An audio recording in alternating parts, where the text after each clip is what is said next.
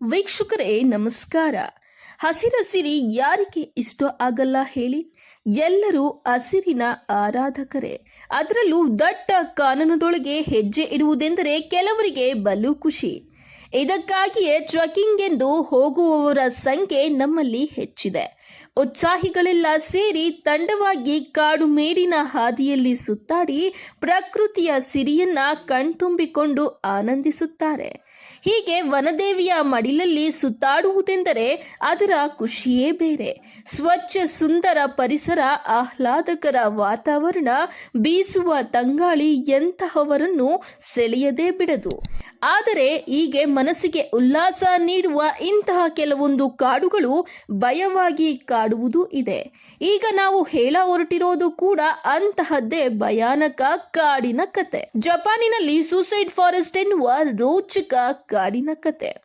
ಬನ್ನಿ, ನಮ್ಮ ಇಂದಿನ ಸಂಚಿಕೆಯಲ್ಲಿ ಸುಂದರವಾದ ಹಸಿರು ಸಿರಿ ಹೊತ್ತು ಕಣ್ಮನ ಸೆಳೆಯುವ ಕಾಡಿಗೆ ಸೂಸೈಡ್ ಫಾರೆಸ್ಟ್ ಎಂದು ಕರೆಯೋದಾದ್ರೂ ಯಾಕೆ, ಈ ಕಾಡಿನ ಹಿಂದಿರುವ ರಹಸ್ಯವಾದ್ರೂ ಏನು, ಎಲ್ಲವನ್ನ ನೋಡ್ಕೊಂಡು ಬರೋಣ. ಅದಕ್ಕೂ ಮೊದಲು ನೀವು ನಮ್ಮ ಯೂಟ್ಯೂಬ್ ಚಾನೆಲ್ ಅನ್ನ ಸಬ್ಸ್ಕ್ರೈಬ್ ಮಾಡಿಲ್ಲವೆಂದಾದ್ರೆ ಈಗಲೇ ಸಬ್ಸ್ಕ್ರೈಬ್ ಮಾಡಿ. ಮುಂದಿನ ದಿನಗಳಲ್ಲಿ ಇನ್ನಷ್ಟು ಮಾಹಿತಿಯುಕ್ತ ವಿಡಿಯೋಗಳನ್ನ ನೋಡಲು ಈಗಲೇ ತಪ್ಪದೆ ಸಬ್ಸ್ಕ್ರೈಬ್ ಮಾಡಿ ಮತ್ತು ಶೇರ್ ಮಾಡಿ ಹಾಗೂ ಬೆಲ್ ಬಟನ್ ಕ್ಲಿಕ್ ಮಾಡಿ.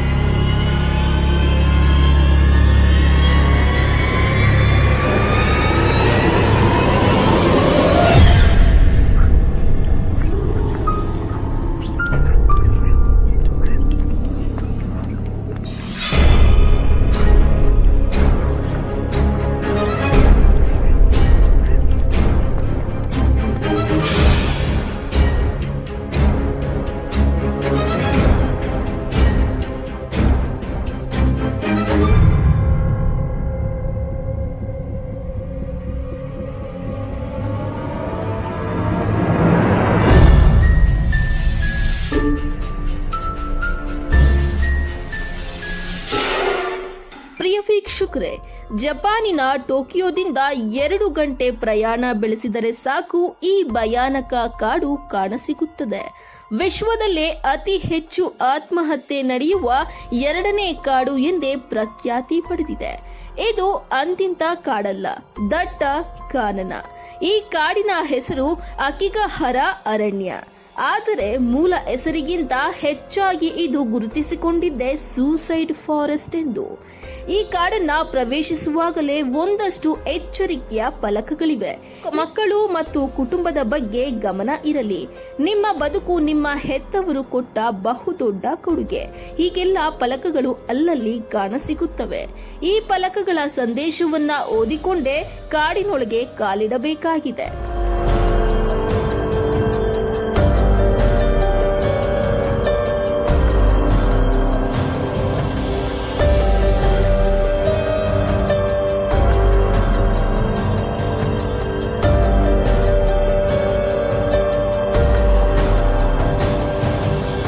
ಸೂಸೈಡ್ ಫಾರೆಸ್ಟ್ ಅರಣ್ಯ ಫ್ಯೂಜಿ ಪರ್ವತದ ವಾಯುವ್ಯದಲ್ಲಿದೆ. ಸುಮಾರು 35 ಚದರ ಕಿಲೋಮೀಟರ್ ವಿಸ್ತೀರ್ಣದ ಈ ಕಾಡನ್ನು ಹೆಚ್ಚಿನವರು ಮರಗಳ ಸಮುದ್ರ ಎಂದು ಕೂಡ ಕರೆಯುವುದುಂಟು. ಈ ಕಾಡಿನೊಳಗೆ ಪ್ರವೇಶಿಸುವುದು ಬಲು ಸುಲಭ, ಆದರೆ ಹೊರಗೆ ಬರುವುದೇ ಬಲು ಕಷ್ಟ. ಏಕೆಂದರೆ ಚಕ್ರವ್ಯೂಹದಂತಹ ಕಾಡಿದು. ಸಾಕಷ್ಟು ಸಂಖ್ಯೆಯಲ್ಲಿ ಜನ ಇಲ್ಲಿ ಜೀವ ಕಳೆದುಕೊಂಡಿದ್ದಾರೆ. ಕೆಲವರದ್ದು ಆಕಸ್ಮಿಕ ಸಾವಾದರೆ ಇನ್ನು ಹಲವರದ್ದು ಆತ್ಮಹತ್ಯೆ. ಸ್ಥಳೀಯರ ಪ್ರಕಾರ ಈ ಕಾಡಿನಲ್ಲಿ ಈಗಲೂ ಕೂಡ ಪ್ರೇತಾತ್ಮಗಳು ಸಂಚಾರ ಇದೆಯಂತೆ. ಸ್ನೇಹಿತರೆ, ಏನಿಲ್ಲವೆಂದಾದ್ರೂ ವರ್ಷಕ್ಕೆ 100 ಮೃತದೇಹಗಳು ಇಲ್ಲಿ ಸಿಗುತ್ತವೆ. ಇವುಗಳಲ್ಲಿ ಬಹುತೇಕ ಕೊಳೆತ ಸ್ಥಿತಿಯಲ್ಲಿ ಇದ್ದರೆ, ಇನ್ನು ಕೆಲವು ಪ್ರಾಣಿಗಳು ಅರ್ಧಂಬರ್ಧ ತಿಂದ ಸ್ಥಿತಿಯಲ್ಲಿ ಕಾಣಿಸುತ್ತವೆ. ಆದರೆ ಇಲ್ಲಿ ಹೆಚ್ಚೆಚ್ಚೆಗೂ ಭಯ ಕಾಡುತ್ತದೆ. ಜಪಾನಿನ ಆಧ್ಯಾತ್ಮಿಕವಾದಿಗಳ ಪ್ರಕಾರ ಈ ಕಾಡಿನಲ್ಲಿರುವ ಅದೃಶ್ಯ ಶಕ್ತಿಗಳ ಸಂಚಾರ ಇದೆಯೆಂದು ಹೇಳಲಾಗುತ್ತದೆ. ಹೀಗಾಗಿ ಸಹಜವೆಂಬಂತೆ ಈ ಕಾಡಿನಲ್ಲಿ ಪ್ಯಾರಾ ನಾರ್ಮಲ್ ಚಟುವಟಿಕೆಗಳು ಜೋರಾಗಿವೆ ಎಂಬ ಭಯ ಜೀವ ಪಡೆದಿದೆ. ಅದು ಅಲ್ಲದೆ ಈ ಕಾಡಿನಲ್ಲಿ ಮೊಬೈಲ್ ಫೋನ್ ಸೇರಿದಂತೆ ಯಾವುದೇ ಆಧುನಿಕ ಸಾಧನಗಳು ಕೆಲಸವೇ ಮಾಡುವುದಿಲ್ಲ. ಇದು ಕೂಡ ಸಹಜವಾಗಿಯೇ ಈ ಕಾಡಿನ ಬಗೆಗಿನ ಭಯವನ್ನ ಇನ್ನಷ್ಟು ಅಧಿಕ ಮಾಡಿರೋದಂತೂ ಸತ್ಯ.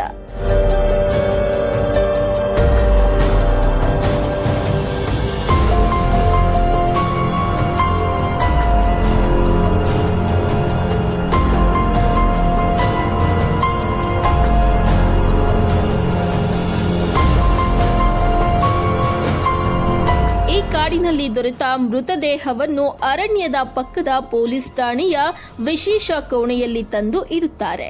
ಯಾಕಂದ್ರೆ ಶವವನ್ನ ಕಾಡಿನಲ್ಲೇ ಸ್ವಲ್ಪ ಹೊತ್ತು ಬಿಡಬಾರದು ಎಂಬ ನಂಬಿಕೆ ಜನರ ಮನದಲ್ಲಿ ಆಳವಾಗಿ ಬೇರೂರಿದೆ. ಶವವನ್ನ ಕಾಡಿನಲ್ಲಿಯೇ ಬಿಟ್ಟು ಬಂದರೆ ಆತ್ಮಹತ್ಯೆಗೆ ಶರಣಾದವರು ಅಥವಾ ಆಕಸ್ಮಿಕವಾಗಿ ಸಾವಿಗೊಳಗಾದವರು ಪ್ರೇತಾತ್ಮವಾಗಿ ಅಳುತ್ತಾ ವಿಚಿತ್ರ ಶಬ್ದ ಮಾಡುತ್ತಾ ಕಾಡಿನಲ್ಲಿಯೇ ಸುತ್ತಾಡುತ್ತಿರುತ್ತಾರೆ ಎಂಬ ನಂಬಿಕೆ ಇಲ್ಲಿನ ಜನರದ್ದು. ಇದೇ ಕಾರಣಕ್ಕೆ ಯಾರೂ ಕಾಡಿನಲ್ಲಿ ಶವವನ್ನ ಬಿಟ್ಟು ಹೋಗುವುದೇ ಇಲ್ಲ. ಈ ಎಲ್ಲಾ ಕಾರಣಗಳಿಂದ ಸ್ಥಳೀಯ ಜನರಂತೂ ಈ ಕಾಡಿನೊಳಗೆ ಪ್ರವೇಶಿಸಲು ಕೂಡ ಬೇಸರಿಸುತ್ತಾರೆ. ಆದ್ರೆ ಈ ಕಾಡಿನ ಬಗ್ಗೆ ಎಷ್ಟೇ ಭಯಾನಕ ಕಥೆಗಳಿದ್ದರೂ ಇಲ್ಲಿಗೆ ಟ್ರಕ್ಕಿಂಗ್ಗೆ ಬರುವವರ ಸಂಖ್ಯೆ ಏನೂ ಕಡಿಮೆಯಾಗಿಲ್ಲ.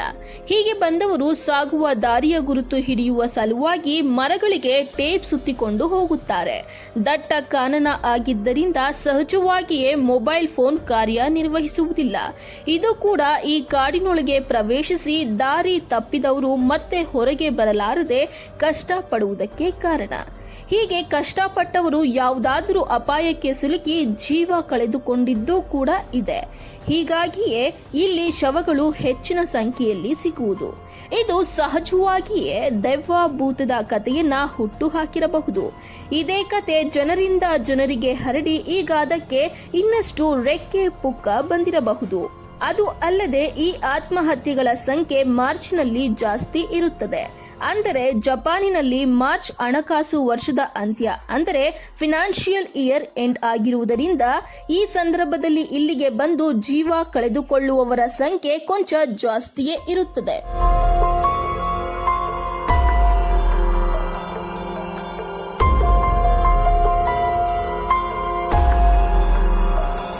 ಹೀಗೆ ತನ್ನೊಡಲಿನಲ್ಲಿ ಅನೇಕ ರಹಸ್ಯವನ್ನು ಕಾಪಿಟ್ಟುಕೊಂಡು ಅಕಿಗಹರ ಅರಣ್ಯ ಸೂಸೈಡ್ ಫಾರೆಸ್ಟ್ ಎಂದೇ ಪ್ರಖ್ಯಾತಿ ಪಡೆದಿದೆ. ಇದೇ ಕಾರಣಕ್ಕೆ ಈ ಕಾಡು ಅಚ್ಚರಿ ಮತ್ತು ಕೌತುಕದ ತಾಣವಾಗಿದೆ ಅಂದ್ರೆ ತಪ್ಪೇನಿಲ್ಲ ಬಿಡಿ. ಪ್ರಿಯ ವೀಕ್ಷಕರೇ, ನಮ್ಮ ಇಂದಿನ ಸಂಚಿಕೆಯಲ್ಲಿ ಕೇಳುಗರ ಎದೆಯಲ್ಲೊಂದು ಭಯ ಹುಟ್ಟಿಸುವ ಭಯಾನಕ ಕಾಡು ಎಂದೇ ಪ್ರಖ್ಯಾತಿ ಹೊಂದಿರುವ ಸೂಸೈಡ್ ಫಾರೆಸ್ಟ್ ಬಗ್ಗೆ ತಿಳಿದುಕೊಂಡ್ರಿ. ಈ ವಿಡಿಯೋ ನಿಮಗೆ ಇಷ್ಟವಾಗಿದ್ರೆ ದಯವಿಟ್ಟು ಲೈಕ್ ಮಾಡಿ, ಶೇರ್ ಮಾಡಿ, ನಮಗೆ ಕಾಮೆಂಟ್ ಮೂಲಕ ತಿಳಿಸಿ. ಇನ್ನಷ್ಟು ಕುತೂಹಲಕಾರಿ ಮಾಹಿತಿಯನ್ನ ತಿಳಿಸಿಕೊಡಲು ಮುಂದಿನ ವಿಡಿಯೋದಲ್ಲಿ ನಿಮ್ಮ ಮುಂದೆ ಬರ್ತೇನೆ. ಮತ್ತೆ ಸಿಗೋಣ. ಅಲ್ಲಿಯವರೆಗೂ ಜೈ ಹಿಂದ್, ಜೈ ಕರ್ನಾಟಕ.